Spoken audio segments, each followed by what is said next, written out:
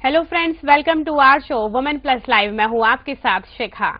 इस कार्यक्रम में हम बात करते हैं वुमेन सेहत के बारे में और कोशिश करते हैं कि जो भी प्रॉब्लम्स एक फीमेल को होती हैं उन सबको अपने गायनेकोलॉजिस्ट के साथ हम डिस्कस कर सकें और उन सभी के सॉल्यूशन आप तक पहुंचा सकें।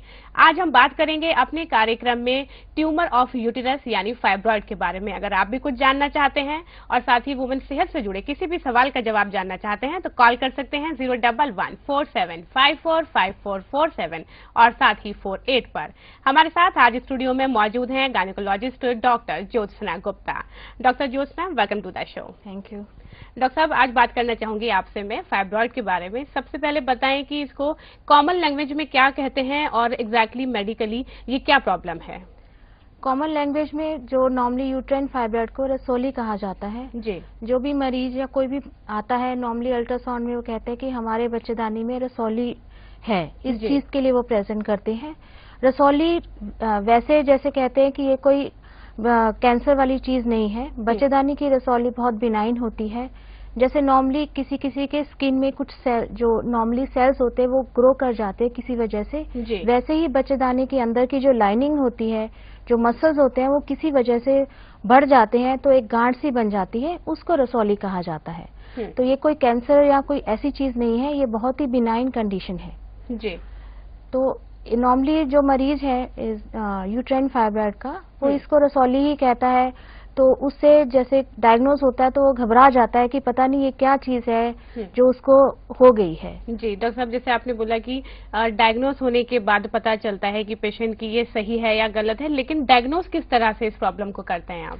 नॉर्मली मरीज जो है वो कुछ सिम्टम्स लेके आएगा। नॉर्मली उसको बहुत ज्यादा ब्लीडिंग होती है महीने के टाइम, या कभी कभी बीच में बहुत ज्यादा ब्लीडिंग होती है, जो नॉर्मल एक औरत को 3 से 4 दिन ब्लीडिंग होती है। लेकिन अगर 5 से 6 ब्लीडिंग हो, 6 दिन तक ब्लीडिंग हो, बहुत ज्यादा ब्लीडिंग हो, क्लॉट्स पास हो, दिन में हम नॉर्मली पूछते हैं कि कितने पैड यूज कर रही है वो, क्योंकि ये एक सब्जेक्टिव फीलिंग है। किसी किसी को ऐसे ही लगता है कि उसको ज्यादा ब्लीडिंग हो रही है, तो ये पूछना बहुत जरूरी है कि वो दिन में कितने पैड्स यूज कर रही है, पहले कितने कर रही थी और बाद में कितने कर रही है जी। तो सबसे कॉमन तो यही होता है कि महीने के टाइम ब्लीडिंग बहुत ज्यादा होती है। किसी किसी को उसके साथ दर्द भी बहुत ज्यादा होता है। फिर इसके साथ प्रेशर सिम्टम्स कुछ पाए जाते हैं, जैसे आगे बाथरूम बार बार आना या उसमें दिक्कत होना, या अगर पीछे की तरफ कब्जी रहना, ये सब दिक्कतें भी फाइब्रॉइड में पाई जाती हैं जी।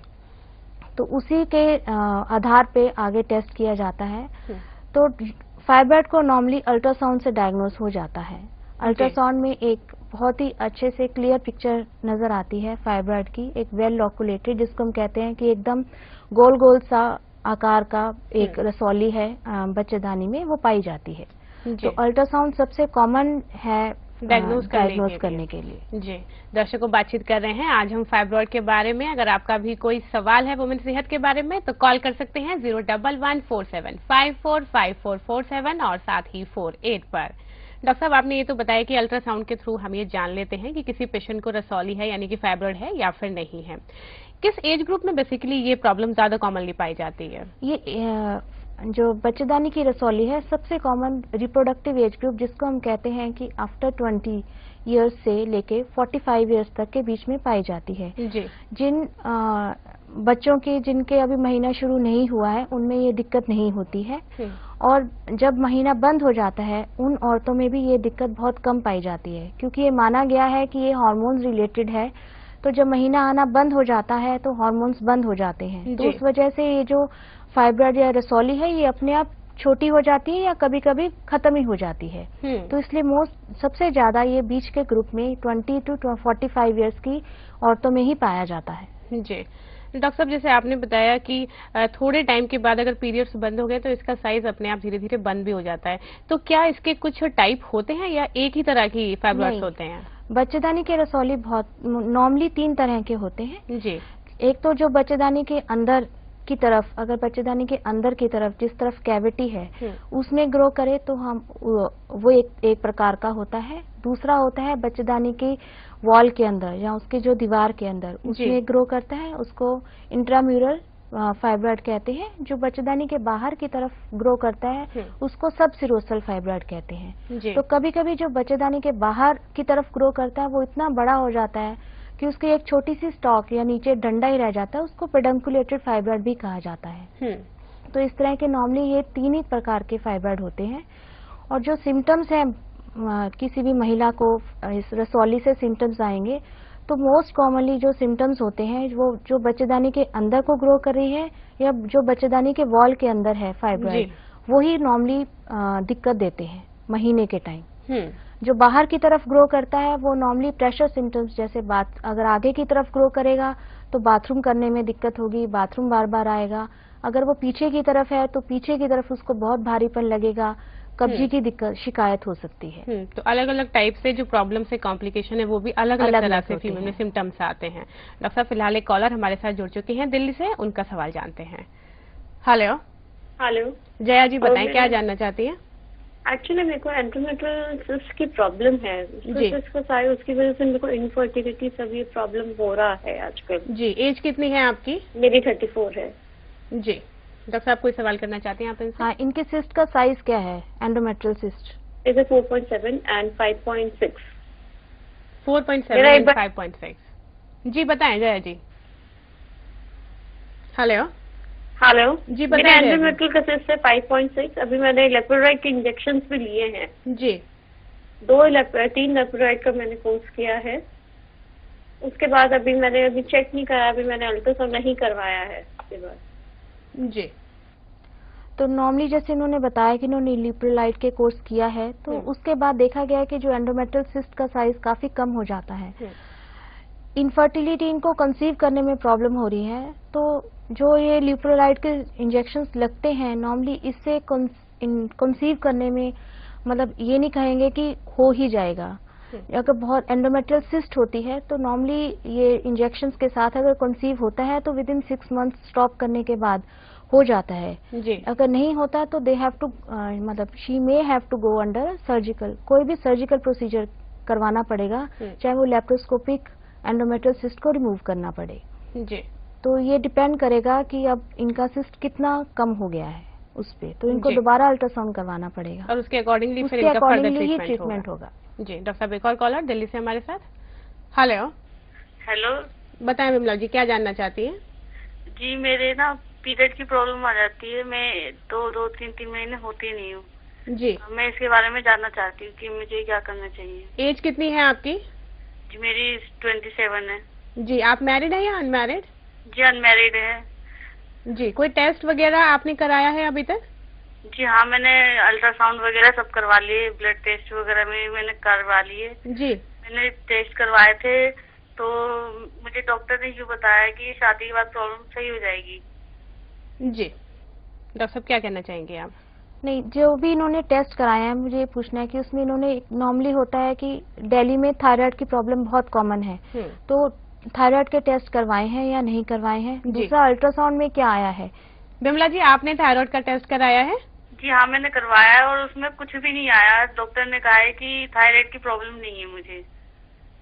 जी, अल्ट्रासाउंड की। जी डॉक्टर साहब, जो डॉक्टर साहब पूछना चाहते हैं कि अल्ट्रासाउंड जो आपने करवाया है उसमें रिपोर्ट क्या आई है आपकी? जी मैंने जब पहले करवाया था तो मेरे लीवर में सूजन बताई थी जी। और जब मैंने दवाई खाई तो मेरे ठीक हो गई थी उससे। जी, तो अभी कोई प्रॉब्लम नहीं बताई है डॉक्टर ने? जी नहीं, वो भी मैंने 1 साल पहले करवाई थी, 1-2 साल पहले। जी नहीं, नॉर्मली जो अल्ट्रासाउंड में कई बार क्या होता है कि पॉलीसिस्टिक ओवरी जिसको हम कहते हैं सिंड्रोम होता है, तो उसमें भी ऐसे ही मेंसेस 2 मंथ्स के बाद या कभी 3 मंथ्स के बाद आते हैं। तो वही देखना है कि वो अल्ट्रासाउंड का से रिलेटेड है या हार्मोन्स के भी टेस्ट आगे हुए हैं या नहीं हुए हैं। नॉर्मली इनमें सेकेंड डे पे हम LH, FSH, प्रोलैक्टिन ये सब टेस्ट करवाते हैं देखने के लिए कि हार्मोन लेवल्स कैसे हैं। जी, तो उसी पे डिपेंड करेगा आगे कि क्या है इनका तो बेसिकली हार्मोन का टेस्ट देखने के बाद कि किस तरह की रिपोर्ट आती है फिर इनको ट्रीटमेंट दिया जा सकता है। जी, डॉक्टर जैसे इन्होंने बोला कि कुछ इनकी गायनी ने इनको सजेस्ट किया है कि आफ्टर मैरिज ये प्रॉब्लम ठीक हो जाएगी, ये एक मिथ है या ऐसा कोई मेडिकली कनेक्शन नहीं है? इसका कोई मेडिकल कनेक्शन नहीं है। हार्मोन्स है तो वो जब हार्मोन्स है या जो भी प्रॉब्लम है उसी के अकॉर्डिंगली ही ट्रीटमेंट होगा। मतलब ये नहीं है कि अभी ये प्रॉब्लम है तो आफ्टर मैरिज ये ठीक हो जाएगा, ऐसा नहीं है। जी। ये जरूर कह सकते हैं कि ये प्रॉब्लम चाइल्ड बर्थ या प्रेगनेंसी के बाद ठीक हो जाएगा, तो that is much better way to say. जी। वो बहुत ही मतलब प्रेगनेंसी और डिलीवरी के बाद देखा गया है कि रेगुलर हो जाते हैं साइकिल्स, बट मैरिज के बाद नहीं। जी। डॉक्टर साहब, चलिए हम बात कर रहे थे फाइब्रॉइड के बारे में। आपने बताया कि जैसे 3 तरह के फाइब्रॉइड्स पाए जाते हैं, तो अलग अलग फाइब्रॉइड से जनरली किस किस तरह के कॉम्प्लिकेशन किसी भी लेडी को हो सकते हैं? नॉर्मली जो बच्चेदानी के अंदर, जिसको हम सब म्यूकोजल फाइब्रॉइड्स कहते हैं, उसकी वजह से महीने के टाइम ब्लीडिंग बहुत ज्यादा होती है और महीने के बीच में भी ब्लीडिंग हो सकती है। ठीक है, कभी कभी वो बहुत ज्यादा हो जाता है, कोई भी अंदर ग्रोथ होगी बच्चेदानी की तो वो उसको चाहेगी कि वो बाहर निकले, तो उस वजह से महीने के टाइम पेन भी बहुत होता है सब म्यूकस फाइब्रॉइड्स में, ये भी देखा गया है। तो नॉर्मली ये 2 सिम्टम्स सब म्यूकस फाइब्रॉइड्स में पाए जाते हैं।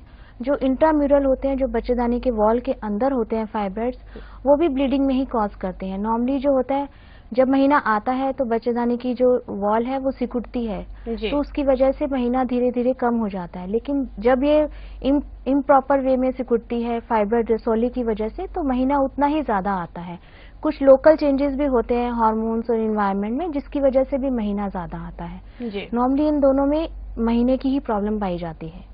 तो बेसिकली अगर हम ये बोल सकते हैं कि किसी लेडी को अगर पीरियड्स इरेगुलर हो रहे हैं या फिर हैवी ब्लीडिंग की प्रॉब्लम हो रही है, तो उसको एक अल्ट्रासाउंड जरूर कराना चाहिए, ये जानने के लिए कि कहीं उसको फाइब्रॉइड की प्रॉब्लम तो नहीं हो गई है। बिल्कुल बिल्कुल। लेकिन अगर महीना ज्यादा हो रहा है और अल्ट्रासाउंड में सब सिरोसल यानी बच्चेदानी के बाहर का फाइब्रॉइड आ रहा है, तो वो महीना ज्यादा नहीं कॉज करेगा। तो कोई और रीजन ढूंढना बहुत जरूरी है कि किसी और वजह से तो ब्लीडिंग नहीं हो रही है। जी डॉक्टर साहब, जैसे आपने बोला कि सेल्स की एक्स्ट्रा ग्रोथ इसमें हो जाती है, तो बेसिकली उसका कॉज क्या रहता है, किस वजह से ये ग्रोथ हो जाती है जो फाइब्रॉइड की फॉर्मेशन होती है? नॉर्मली अभी तक ऐसा कोई प्रॉपर कॉज फाइब्रॉइड के लिए मिला नहीं है। फिर भी कुछ कहते हैं कि जैसे रेज है, जैसे ब्लैक वुमेन में ये ज्यादा पाया जाता है। कुछ जेनेटिक फैक्टर्स हैं, अगर मदर को है या ग्रैंड मदर को है, सिस्टर्स को है, तो भी ज्यादा देखा गया है कि उन लेडीज में ज्यादा पाया जाता है। नॉर्मली ये है कि ओसी पिल्स या प्रेगनेंसी या डिलीवरी फाइब्रॉइड या रसोली को कम करते हैं। तो यही 2 मेनली रिलेशंस पाए गए हैं, लेकिन ऐसा इसका कोई डेफिनेट कॉज नहीं अभी तक मिला है। जी डॉक्टर साहब, चलिए फिलहाल छोटे से ब्रेक के लिए रुकते हैं। दर्शकों, अभी वक्त हो गया है हमारे शो पर एक छोटे से ब्रेक का। अगर आप कोई भी जानकारी लेना चाहते हैं या कोई सवाल या कोई क्वेरी आपकी है जिसका जवाब आप चाहते हैं वुमेन सेहत से जुड़ा हुआ है, तो आप तुरंत कॉल कर सकते हैं 011475447 और 48 पर। छोटे से ब्रेक के बाद जल्द हाजिर होते हैं। आप देखते रहिए women plus live.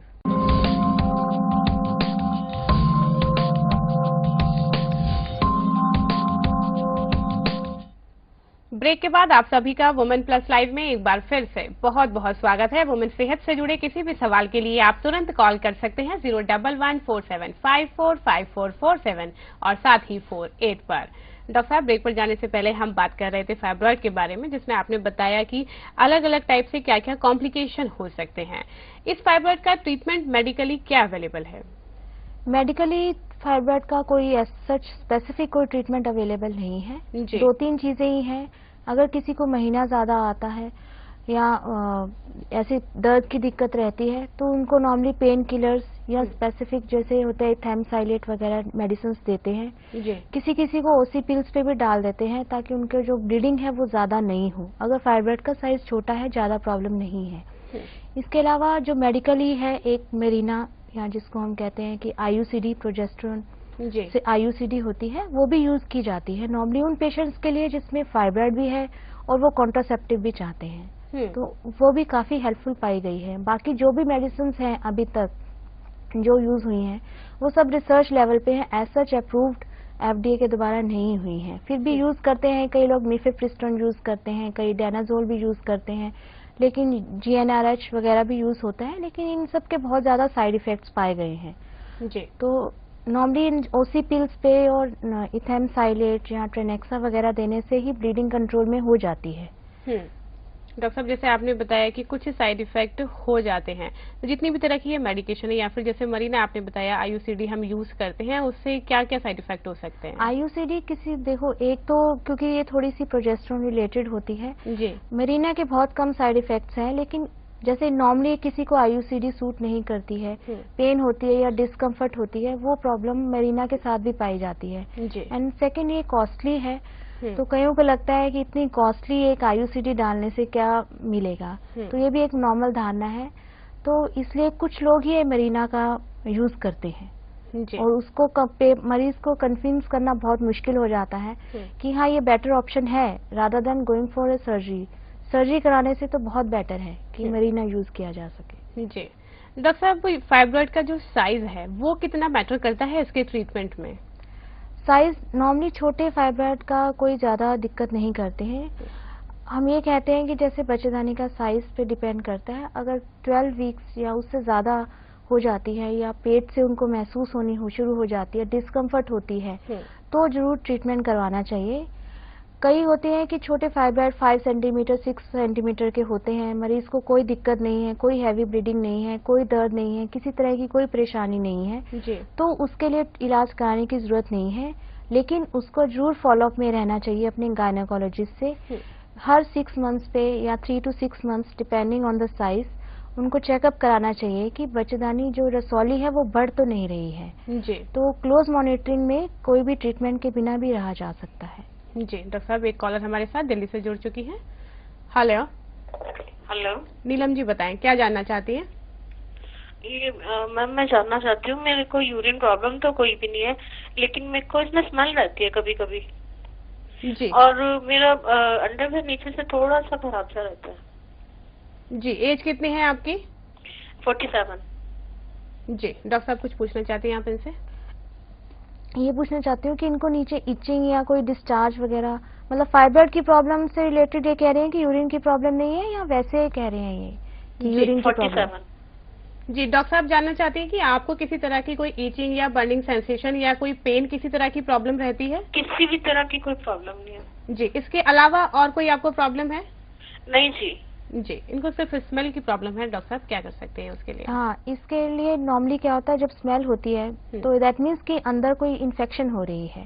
Normally white discharge सब में होता है, लेकिन अगर उसमें कोई भी स्मेल आए तो उसको जरूर किसी गायनेकोलॉजिस्ट को जाके दिखाना चाहिए कि अंदर कोई इन्फेक्शन तो नहीं हो रही है। तो इन्फेक्शन की ट्रीटमेंट होगी तो ये स्मेल अपने आप से ठीक हो जाएगा। जी। डॉक्टर साहब, आप बता रहे थे हमें साइड इफेक्ट के बारे में। अब आपसे जानना चाहूंगी, जो ये फाइब्रॉइड होते हैं क्या ये कैंसर में भी कन्वर्ट हो जाते हैं? कैंसर में फाइब्रॉइड नॉर्मली बहुत कम पाए गए हैं, लेस देन 1% कहते हैं कि चांसेस हैं जी। आगे चल के कैंसर में होने की।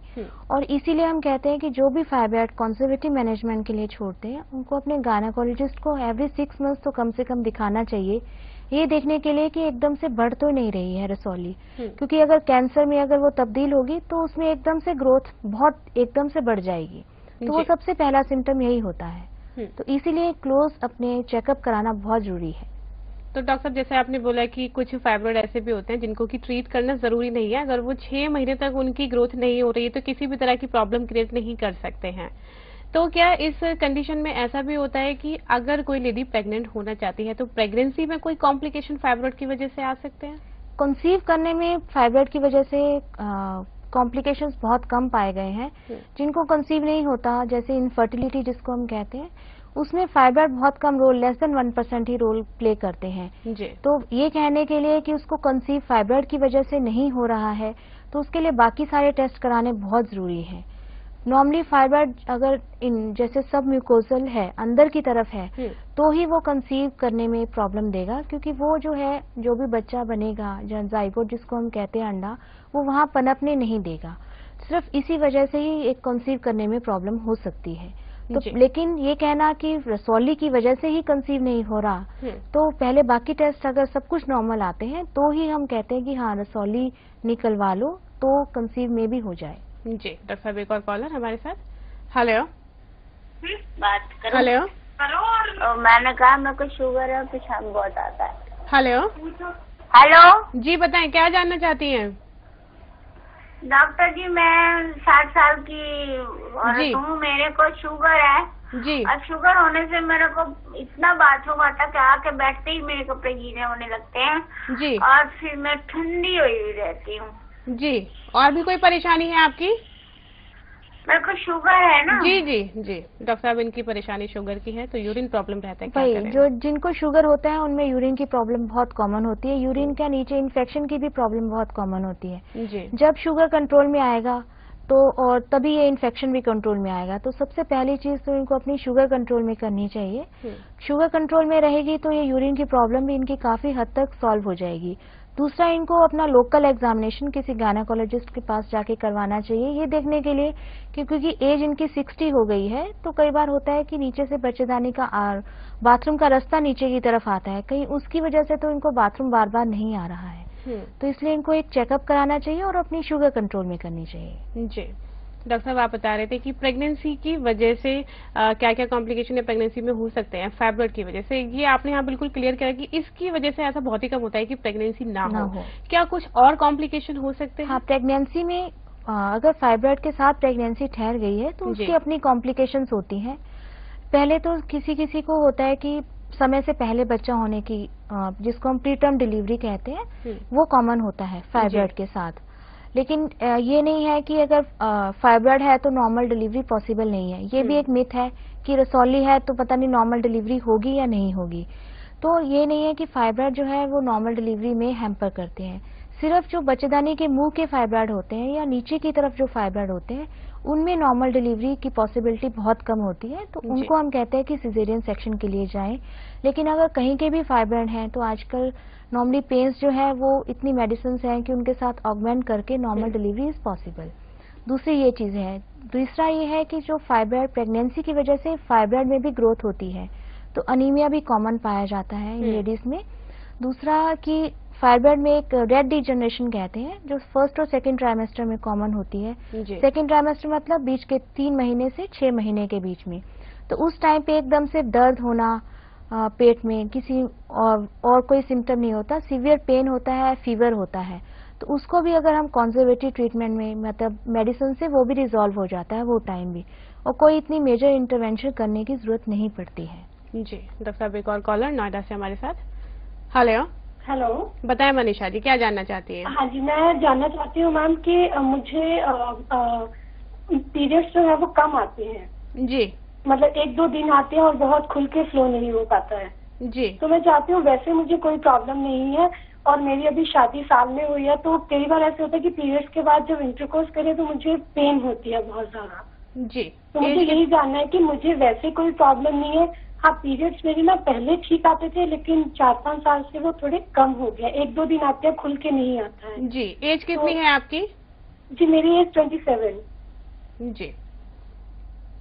तो इन्होंने जैसे बताया कि पीरियड्स पहले नॉर्मल आते थे, 4-5 साल से कम हो रहे हैं, तो इनको भी वही पहले थायराइड की टेस्ट करवाना चाहिए, एक अल्ट्रासाउंड करवाना चाहिए देखने के लिए कि पॉलीसिस्टिक ओवरीज तो नहीं है। पहले बेसिक तो ये 2 टेस्ट हैं जो इनको करवाने चाहिए।